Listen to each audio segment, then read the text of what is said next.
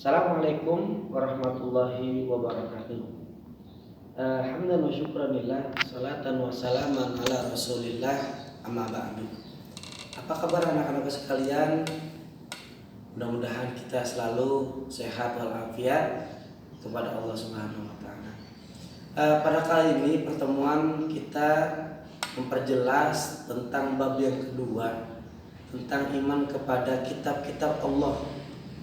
Yang sebelumnya kita sudah bahas tentang kitab Zabur, kitab Taurat, dan terakhir adalah kitab Injil yang diturunkan kepada Nabi Isa alaihissalam. Dan yang terakhir yaitu adalah kitab Al-Quran Karim yang kita bahas pada kali ini. Nah, apa sih Al-Quran itu? Al-Quran itu diturunkan kepada siapa? Dan apa tujuannya Al-Quran itu diturunkan oleh Allah sebagai kitab yang terakhir?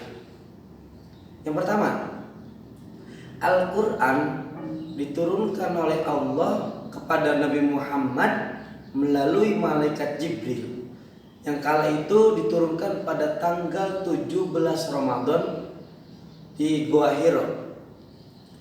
Yang pertama adalah ketika Al-Quran Allah turunkan melalui malaikat Jibril kepada Nabi Muhammad di Gua Hiro, Jibril berkata, "Ya Muhammad, Iqra."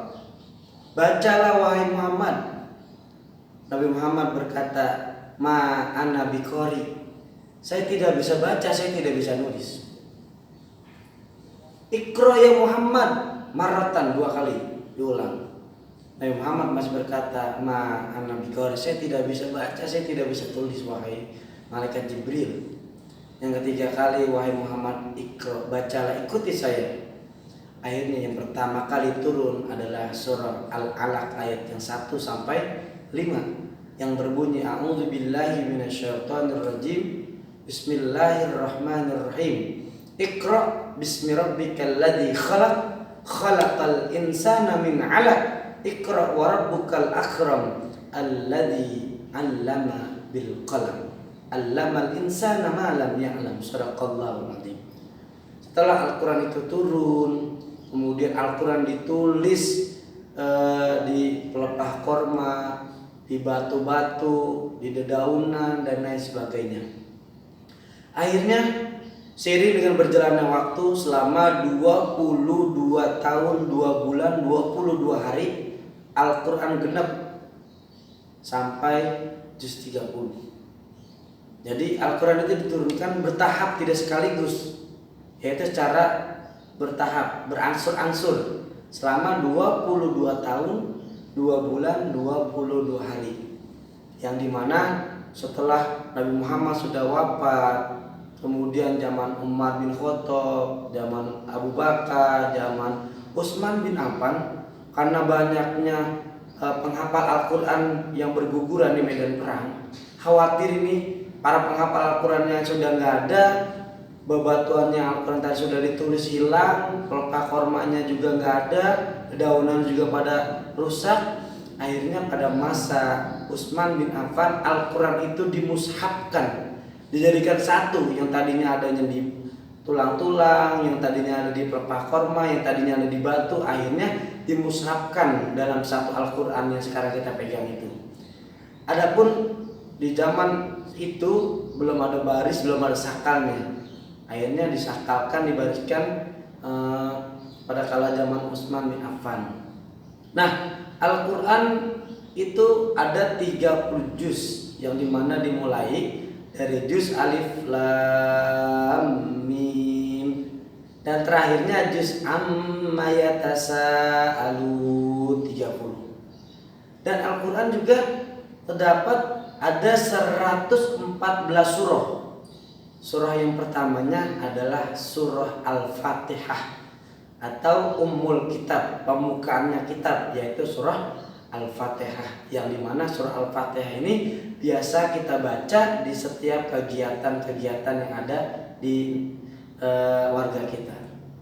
Nah, kemudian yang terakhir adalah suratnya yang ke-14 adalah surah An-Nas. Qul a'udzu birabbin nas. Kemudian ada 6.666 ayat yang terdapat dalam Al-Quran sungguh sangat banyak ayatnya.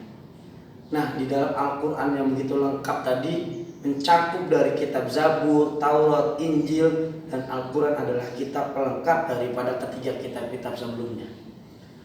Kita mau berdagang ada di Al-Quran. Kita ingin mengetahui makan yang halal atau yang haram ada di Al-Quran. Kita ingin mengetahui ini haram atau halal ada di Al-Quran. Kita ingin menjadi orang kaya ada di Al-Quran. Kita ingin mencari seorang istri ada di Al-Quran. Apa aja lengkap di Al-Quran. Di mana Al-Quran ini salah satu keutamaannya adalah sebagai Al-Quran itu pedoman hidup bagi umat manusia. Al-Quran juga ini adalah mempunyai karamah yang sangat luar biasa. Apabila ada seorang yang membaca Al-Quran satu huruf saja, maka akan dikalikan 10 kebaikan. Satu huruf yang kita baca, alif, maka akan mendapatkan 10 kali kebaikan. Gimana kalau kita baca alif, lam, mim, 3 huruf, alif, lam, dan mim. Maka kala itu kita mendapatkan 30 kebajikan, 30 pahala kebaikan. Yang dimana syaratnya adalah kalau kita ingin mendapatkan kebaikan, mendapatkan pahala ketika kita membaca Al-Quran, syaratnya kita harus mempunyai air wudhu. Maka kita kalau ingin baca Al-Quran, kita wudhu terlebih dahulu. Jadi Al-Quran sangat lengkap. Ketika hati kita sedang gelisah gundah gulana, apa yang kita lakukan? Al-Quran menjawab, ala bizikrillahi tatmainnul qulub. Apabila kita gelisah, maka kita berzikir, insya Allah hati kita akan tentram. Terus apa? Ketika kita orang tua kita meninggal, orang yang kita sayang meninggal, kita marah kepada Allah, kita menyalahkan Allah, maka Al-Quran menjawab dalam surah Al-Baqarah, alladzina idza asabathum musibah qalu inna lillahi wa inna ilaihi raji'un.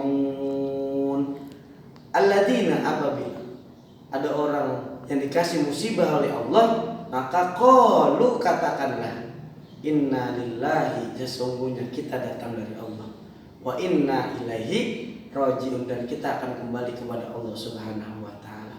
Itulah paparan singkat tentang Al-Quran. Bisa dibaca, nanti artikel selanjutnya ada di e-learning SMP ITIA Taqwa bersama soal yang nanti akan saya berikan adanya di e-learning SMP ITIA Taqwa di